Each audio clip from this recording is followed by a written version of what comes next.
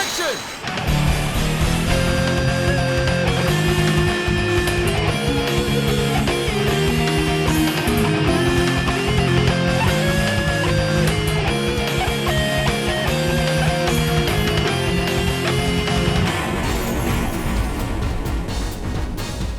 Hello everypony, I'm MasterCode, your ace analyst, and today we'll be taking a look at issue number 3 of the Friendship in Disguise series. But first, and I know I sound like a broken record, but once again, my knowledge of the Transformers universe is limited and my opinions are solely of the comics presentation itself. Anyway, our first story is Pet Sound, centered around Discord and Fluttershy encountering the Decepticon Soundwave and his subordinate bots, Laserbeak, Frenzy, Ratbat, and Ravage. And of course, the animal-loving Pegasus is immediately smitten with them, which is absolutely hilarious. And this also does help to support the realism of this whole encounter. An aspect that continues to be well done in this series is balancing out the screen time, panel time for both the Transformers and Equines, putting the ponies on equal ground with all these giant robots. We've seen in the past, whenever the main six come across an obviously dangerous creature, the usually timid Pegasus throws out all hesitation and is able to soothe the savage beast with her sweet demeanor, or as a last resort can use her stare to ward off others. Fluttershy shows no hostility to the animal bots, but rather love and kindness, which confuses and intrigues them, seeing as it's something they've never really experienced and all they really know is war.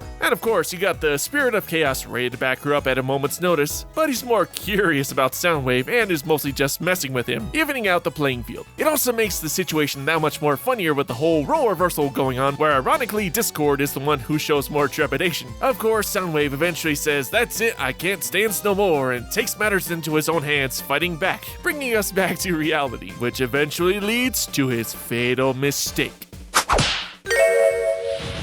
Now you fucked up! Now you fucked up! Now you fucked up! Now you fucked up! Now you have fucked up!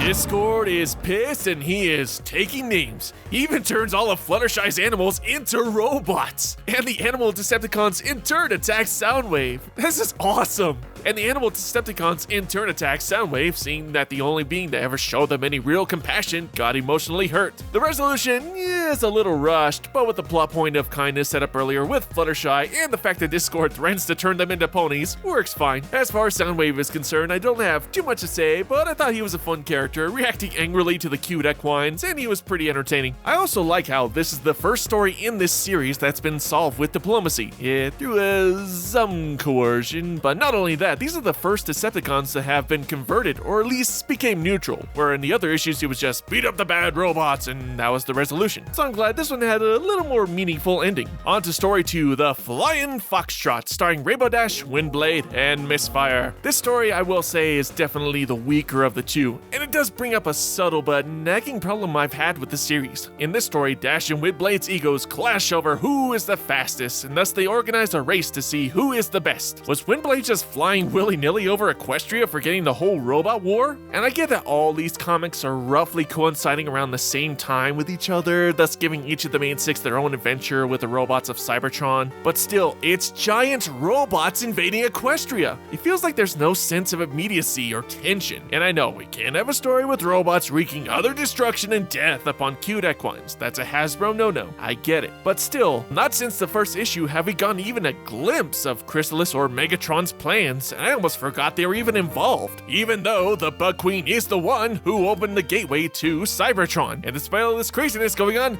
we just decided to stop and have a race. Just weird priorities is all. The Decepticons do in fact attack and step up their game, actually firing missiles, but are once again thwarted, and the story just kinda ends in a tie and just ends abruptly. Hell, I don't even know who the other Decepticons were that attacked. I actually had to look it up. Also, the first issue teased that Windblade was going to run into both Dash and the Wonderbolts, which would have been a great addition. Imagine Dash and the Wonderbolts doing awesome synchronized aerobatics, leading the Decepticons on cool aerial chases while Windblade takes them out one by one, all the while dodging missiles and lasers. Oh, that would look so cool. But as it was just okay. As far as the art goes, I will say it is a positive for the comic. The size and perspective is pretty consistent when the ponies are placed up against the various robots, and I actually did like the anime influence of the art in the second story. The ponies and robots both have some great expressions, showing a lot of emotion, and there were some decent action moments here and there. But in the end, this issue was kind of a mixed bag. The first story was fine, but the second one just kind of came and went. Hopefully, the final issue is a much more satisfying conclusion, and we can finally get back to Megatron and Chrysalis and see how the whole series ends. Well, that's it for today, guys. Until next time, MC out!